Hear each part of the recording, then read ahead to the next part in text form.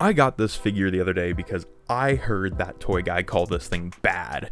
Now, Studio Series Mirage is not an amazing figure, but I think he's really good. I don't even collect Studio Series, and I think this guy is amazing.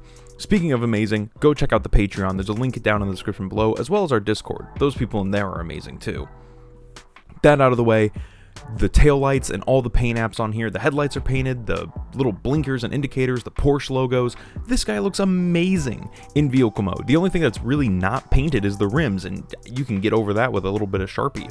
He rolls extremely, extremely nice, and I think the vehicle mode just is absolutely fantastic. The gun storage is really, really nice. And the proportions of the car are just spectacular. The beautiful, beautiful silver that they used on this just shines and sparkles. I absolutely love it. It really is just like a premium alt mode. It feels like this character was really given the love and attention it deserves, especially because this is one of the few Studio Series they went back and revised. For comparison, here he is with Rise of the Beast Bumblebee, Revenge of the Fallen Studio Series Jolt, Studio Series Nest Bumblebee, and of course Machine Wars Hoist.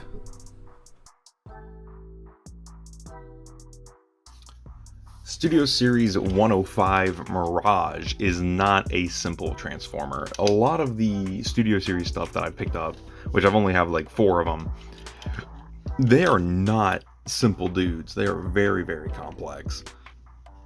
And Mirage is no exception. You want to start by folding out the feet here, and then taking this piece and popping the roof section up and over. I will say that this isn't clear plastic totally. It just has a clear plastic insert, it looks like, which is kind of nice. I might be wrong on that, but it just looks like it has a clear plastic insert. So from there, you want to kind of wiggle the doors free right here. Kind of just untab them. There we go. They tab in right there. And then you can untab this and start kind of unpeeling the car. Once you get these untabbed, mine was extremely, extremely tough to kind of get into vehicle mode. There we go. Okay, untab that. Oop, and his gun fell out. That probably was not helping holding it in. But yeah, there we go. And swing these down just for now. From here we can lift this up. We can come to the front of the car here. This is where stuff gets a little dicey. So you want to unhook this so you can just kind of straighten out the leg and move this piece like around to try to just let yourself have some breathing room. So this just pulls forward and then this slides back, and that's going to give you a little bit of breathing room.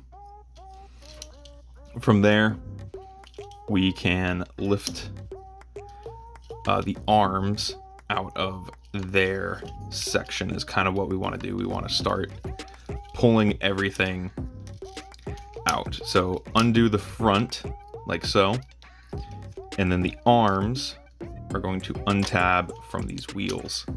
The wheels are going to fold back.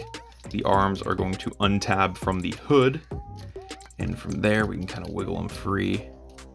And it takes some doing because they're locked in at 2 points. So they're kind of annoying, especially because they tab in really, really securely. Oh my gosh. Hang on, 1 second. Yeah, it takes some effort. I had to get my nail up under there and just kind of push it out. You got to make sure you leave yourself enough room back here to do that. So then from there, you want to bring the arms up on those hinges here. And I don't want to put too much force on the elbow, so I'm trying to push everything I can onto the shoulders because the forearms are clear plastic.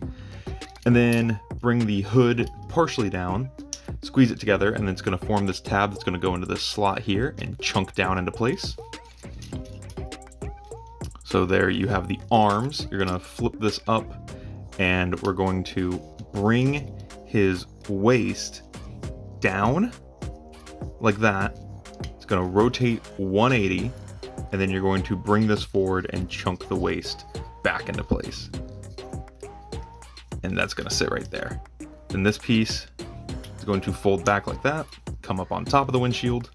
This whole back assembly is going to fold back, kind of squeeze them together here. And then this piece, you can either leave it straight up like that and have it come down behind the head, and it is a bit of a forceful push, or you can have it folded up like how it's supposed to and push it back in there as well. So there it goes, and this is just going to clip into place back there. So from there we can finish off the legs, which is simply rotating the feet around, folding the wheels back, and folding these down. So do that again on the other side. Rotate 180, fold the wheel back on the double hinge, fold that down, and fold the door a little bit more down. So that way the doors kind of get out of the way. And from there, adjust the hands. Make sure everything's in the proper place. We can give him his blaster. And there is Mirage in robot mode. Took a minute to transform this boy. Mirage in his robot mode, which you get there after a pretty complex and unintuitive transformation, but that's not a big problem. It looks amazing. This is a revised Studio Series figure, meaning that they went back and like redid tooling after they originally showed us this. And while he's not the super like athletic looking robot that a lot of us were expecting or saw on the big screen, I think he comes to toy form very, very well. It's weird to say, but I think it works out really well. There are some problems with this guy, one of which is not the new head sculpt from what they showed on the prototype, which is very nice. The biggest complaints I hear about this guy are the clear arms and the doors on the thighs. Now the clear arms are on some pretty thick hinges, so I'm not totally worried about that, but these doors do bump into the backpack. I wish the backpack collapsed just a little bit more, so that way we could still rotate it around, but you can get around the doors on the side with some finagling. It's actually not as bad as a lot of people make it out to be, and he still looks absolutely amazing in almost every pose you put him in. He's so emotive. For size comparison, here he is once again with Rise of the Beast Bumblebee, his work friend, Jolt from Revenge of the Fallen, Machine Wars Hoist, and of course Combiner Wars Laser. Holy crap, they're small. Oh god. Sorry if you can hear my computer in the background, I just booted it up. So Mirage, his articulation, pretty stellar for a Studio Series figure, even though it is a little restricted.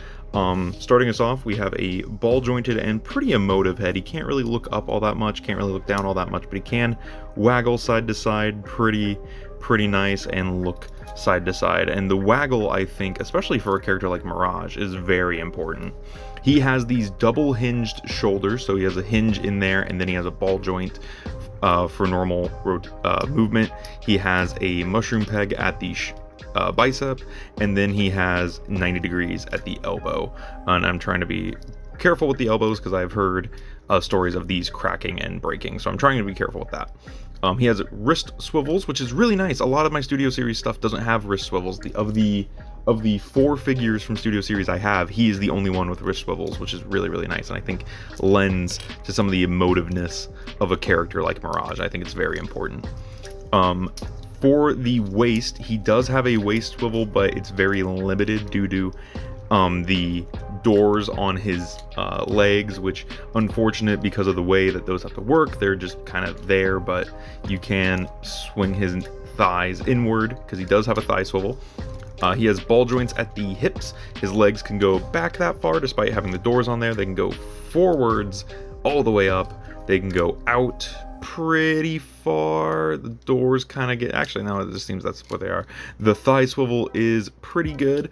He does have a knee joint. You do kind of got to work with the leg though to get that knee joint to work, and it is less than 90. He has a lot of kibble on his leg.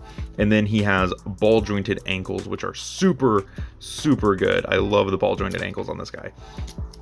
Overall, really good figure. I think the articulation in robot mode is fantastic, even though this guy is a little bulky to be Mirage. Like, I know that's like a thing people have been saying about this, that it doesn't quite look like Mirage. I think that this is a stellar representation of Rise of the Beast Mirage. This guy just looks fantastic. And don't, like I said, don't buy into the hate. If you read my Instagram post, this guy is totally totally worth. He's also, I didn't really point it out, but his backpack is a little kibbly. It's not so bad. It's not the most egregious backpack we've seen on some figures, but it is a little kibbly. And it is nice that he uses actual car parts as his chest. That is pretty cool. Full truth, I don't collect Studio Series, and I only got this one because that toy guy said he couldn't recommend it, and I wanted a Mirage in my collection from the movie. I have to fully disagree with that toy guy. I think Mirage here is absolutely fantastic, and I totally recommend him. If you're looking for a Rise of the Beast Mirage to add to your collection, this is it for a while. Transformers 1 is coming out next year, and that means we're not getting a new Mirage of this design for at least another 2 years. And I think this guy is totally worth adding to your Studio Series collection. If you find him at your local retailer or wherever you get Transformers, and he's there either for retail or on sale, I think he's totally worth the pickup. With that said, thank you guys for watching. Check out all those links in the description below, and I'll see you in the next one. This has been Bots Obsession.